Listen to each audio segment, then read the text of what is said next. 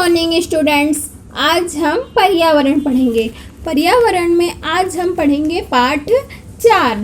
तो बच्चों, ये जो चित्र आप लोगों को दिख रहा है, ये चित्र एक गांव का है और इस गांव का नाम खेजड़ी है। और ये जो गांव है वे राजस्थान के जोधपुर में स्थित है। तो बच्चों, इस गांव का नाम खेजड़ी क्यों पड़ा, तो हम चलते हैं और इस कहानी को पढ़ते हैं। पाठ 4, अमृता की कहानी। यह बात बहुत पुरानी है, करीब 300 साल पुरानी है। और हाँ, यह किस्सा सच्चा है। यह बात बहुत पुरानी है। कितने साल पुरानी है? तो 300 साल पुरानी है। लेकिन यह जो किस्सा है ये क्या है? सच्चा है। अमृता राजस्थान में जोधपुर के पास खेजड़ी गांव की रहने वाली थी। जानते हो उस गांव का नाम खेजड़ी क्यों था? उसके गांव में खेजड़ी के बहुत से पेड़ थे। तो बच्चों, उस गांव का नाम खेजड़ी क्यों था?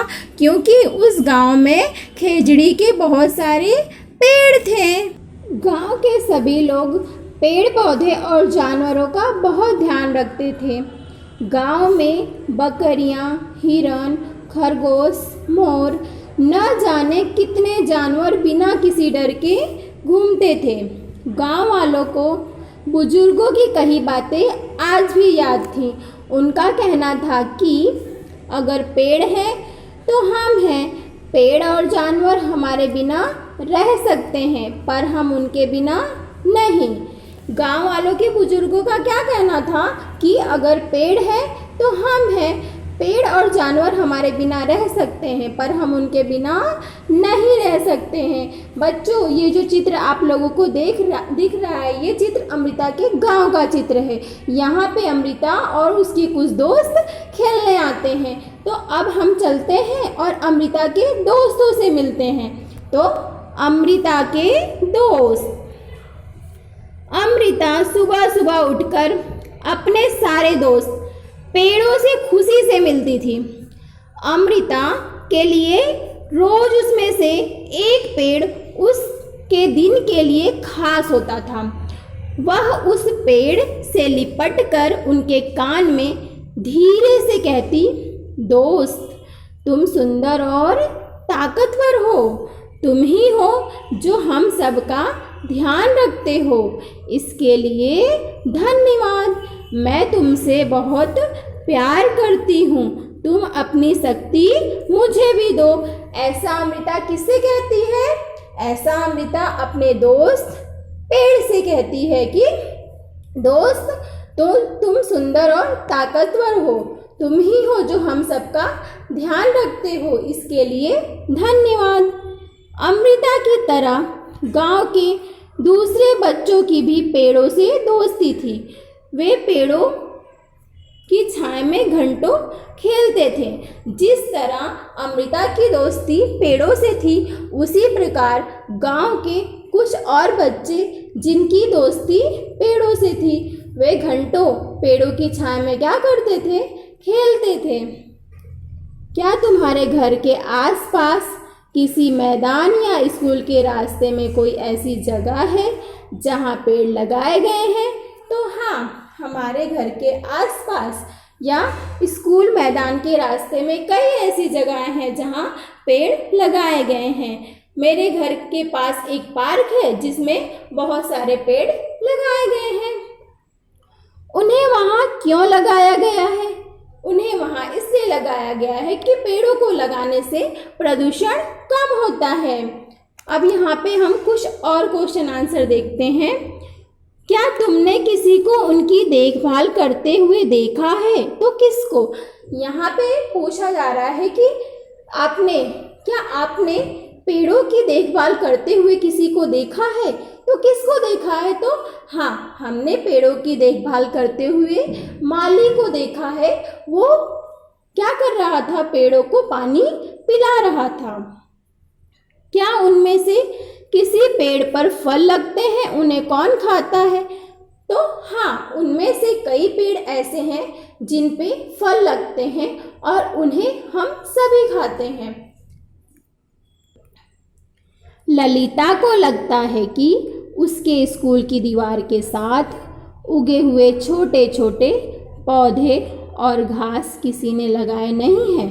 क्या तुम भी किसी ऐसी जगह के बारे में जानते हो जहाँ घास, छोटे छोटे पौधे और पेड़ अपने आप ही उग गए हों?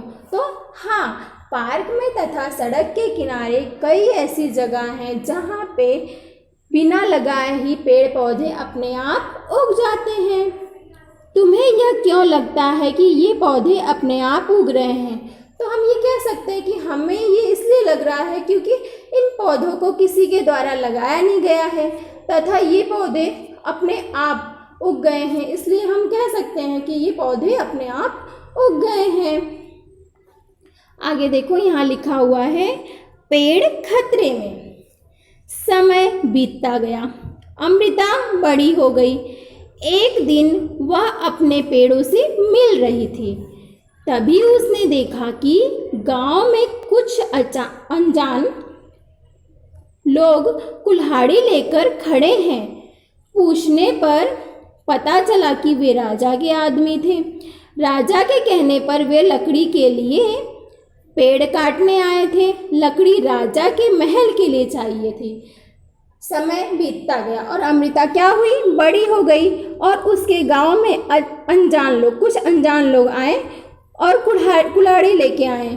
और जब अमृता ने पूछा कि वो यहाँ क्यों आए हैं तो उन्होंने बताया कि वो राजा के कहने पे आए हैं और ये जो हमें पेड़ से लकड़ियाँ चाहिए हैं ये राजा के महल के लिए चाहिए हैं। यहाँ देखिए लिखा हुआ है, यहाँ यह सुनते ही अमृता के होश उड़ गए। जब अमृता ने ये सुना कि ये पेड़ को काटने आए हैं, यह सुनते ही अमृता के क्या हुए? होश उड़ गए। उन आदमियों ने जिस पेड़ को काटने के लिए चुना, अमृता उस पेड़ से लिपट गई। उन लोगों के डराने धमकाने पर भी वह नहीं हटी। जब अमृता ने देखा कि आदमी है जो वो पेड़ काटने आए हैं तो उसने क्या किया? उस पेड़ से जाके लिपट गई और वो आदमी उसे डराने धमकाने लगे, लेकिन वो डरी नहीं और वहाँ से हटी नहीं। राजा के आदमियों को राजा की बात तो माननी ही थी, वरना उनकी अपनी जान चली जाती। उनकी कुल्हाड़ी के एक ही वार से अमृता के पैरों से खून बहने लगा। उनकी कुल्हाड़ी का जब एक ही वार हुआ तो अमृता के पैरों से खून बहने लगा और वह गिर गई, लेकिन उसने पेड़ को नहीं छोड़ा। वह गिर गई लेकिन उसने पेड़ को नहीं छोड़ा। अमृता को देखकर उसकी बेटियों और गांव के 300 से भी ज़्यादा लोगों ने पेड़ों से लिपटकर अपनी जान दे दी। जब राजा को इस बात का पता चला तो उन्हें यह बात समझ नहीं आई कि लोग पेड़ों के लिए अपनी जान भी दे सकते हैं। वे खुद वहां आए और स्वयं लोगों का पेड़ों के प्रति प्यार देखा। आगे देखते हैं क्या हुआ। तुम्हें याद है ना बच्चों, देखो यहाँ पे क्या लिखा हुआ है, तुम्हें याद है ना उस गांव के बुजुर्ग की बातें। तो हाँ, हमने पढ़ा था ना आगे, उस गांव की बुजुर्ग ने क्या कहा था? अगर पेड़ है तो हम हैं। पेड़ और जानवर हमारे बिना रह सकते हैं पर हम उनके बिना नहीं रह सकते। अब यहाँ देखते हैं सुरक्षित गांव। राजा पर गांव वालों की बातों का बहुत गहरा असर पड़ा। उसने आदेश दिया कि इस इलाके में कोई भी पेड़ नहीं काटेगा और ना कोई शिकार करेगा। राजा को इस बात का क्या हुआ? बहुत गहरा असर पड़ा और उसने क्या आदेश दिया? उसने कहा कि इस इलाके में अब कोई भी पेड़ नहीं काटेगा और ना ही शिकार करेगा। आज 300 साल बाद भी यहाँ के लोग विश्नोई कहलाते हैं, पेड़ों और जानवरों की रक्षा करते हैं। रेगिस्तान में होते हुए भी यह इलाका आज भी हरा भरा है। जानवर बिना किसी डर के इधर उधर घूमते हैं। अब यहाँ हम देखते हैं कुछ प्रश्नों के उत्तर। तुमने तीसरी कक्षा में जिस पेड़ से दोस्ती की थी वह पेड़ अब कैसा होगा? तो बच्चों, हमने तीसरी कक्षा में जिस पेड़ से दोस्ती की थी वह पेड़ अब क्या हो गया होगा, बड़ा हो गया होगा। इस साल एक और नए पेड़ से दोस्ती करो। तो अब हमें इस साल एक और नए पेड़ से दोस्ती करना है, ठीक है। इस साल एक और नए पेड़ से दोस्ती करो।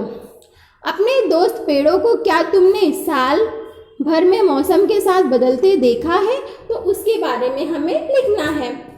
यहाँ पे लिखा हुआ है किसी एक पेड़ के बारे में लिखो। तो हम ले लेते हैं, मान लो कि नीम का पेड़, ठीक है। नीम का पेड़, क्या उस पे फूल आते हैं? तो हाँ, उस पे फूल आते हैं। क्या उस पे फूल आते हैं? तो हाँ, उस पे फूल आते हैं।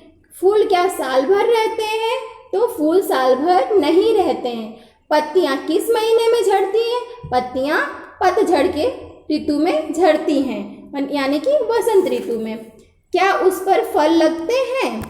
यहाँ पूछा गया है बच्चों, क्या उस पे फल लगते हैं? तो हाँ, उस पे फल लगते हैं। फल किन किन महीनों में लगते हैं? तो फल गर्मियों में लगते हैं।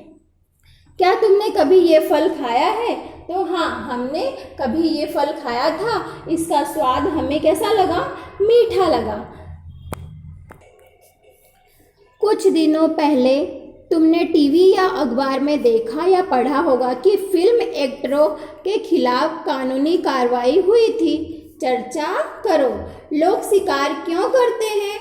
तो लोग शिकार जानवरों के मांस, खाल, दांत तथा हड्डियों के लिए लोग शिकार करते हैं। क्या तुम्हें पता है कि शिकार करने पर सजा होती है? तो हाँ, हमें पता है शिकार करने पे सजा होती है। शिकार करने पर सजा क्यों रखी गई है? क्योंकि यह सरकार द्वारा बनाए गए नियम है और जिनका हमें क्या करना चाहिए? पालन करना चाहिए। यहाँ पे लिखा हुआ है, आपने अपने दादा दादी से पता करके लिखो कि आपको अपने दादा दादी से पूछ के इसके उत्तर लिखने हैं, ठीक है। तो यहाँ पे मैं आप लोगों को बता रही हूँ, उनके बचपन में जितनी तरह के पक्षी दिखाई देते थे, क्या उतनी ही तरह के आज भी दिखाई देते हैं?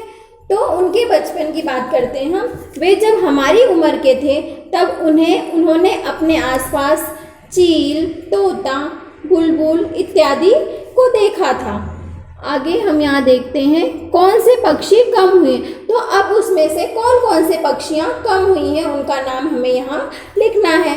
तो मतलब उनमें से बहुत सारे पक्षियों की संख्या क्या हो गई थी?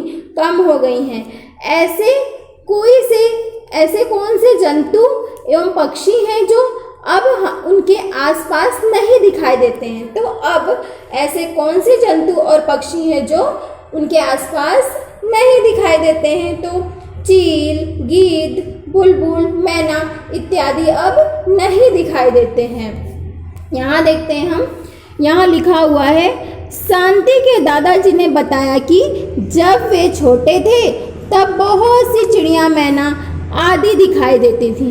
क्या तुम अंदाजा लगा सकते हो कि इन पक्षियों की संख्या कम क्यों हो गई? कारण लिखो। तो हम कह सकते हैं कि लोगों ने पक्षियों को बड़ी संख्या में उनके मांस के लिए मार दिया। खेती तथा मकान आदि बनाने के लिए काफ़ी संख्या में पेड़ काट दिए, जिससे प्राकृतिक घर भी कम हो गए। अमृता के गांव में बहुत सारे खेजड़ी के पेड़ थे। तुम्हारे इलाके में कौन कौन से पेड़ ज़्यादा पाए जाते हैं? उनके नाम लिखना है। तो जिस प्रकार अमृता के गांव में खेजड़ी के पेड़ थे, उसी प्रकार हमारे गांव में आम के और शीशम के पेड़ बहुत पाए जाते हैं। अपने बड़ों से पता करो कि क्या इन पेड़ों की कोई खास बात है? तो हमें अपने बड़ों से पूछना है कि क्या इन पेड़ों की कोई खास बात है। तो आम के पेड़ फल के लिए लगाए जाते हैं, शीशम के पेड़ लकड़ियों के लिए लगाए जाते हैं। आम तथा शीशम के पेड़ों से जलावन के लिए लकड़ियां आसानी से उपलब्ध हो जाती हैं। अब आगे देखते हैं, यहाँ लिखा हुआ है कि खेजड़ी यह पेड़ रेगिस्तान इलाके में खूब पाया जाता है। खेजड़ी का पेड़ कहाँ पाया जाता है? तो यह रेगिस्तान के इलाके में पाया जाता है। इसे ज़्यादा पानी की ज़रूरत नहीं पड़ती है। और ये पेड़ वहाँ इसलिए पाया जाता है ज़्यादा, क्योंकि इस पेड़ में पानी की ज़रूरत ज़्यादा नहीं पड़ती है। इस पेड़ की छाल दवा के काम आती है। इस पेड़ की जो छाल होती है वो दवा के काम आती है, और इसकी लकड़ियों को कीड़ा भी नहीं लगता। इस पेड़ की फलियों की सब्जियां भी बनाई जाती हैं। इसकी पत्तियां वहाँ पर रहने वाले जानवर खाते हैं, और इसकी छाया में तुम जैसे बच्चे खेलते भी हो। धन्यवाद।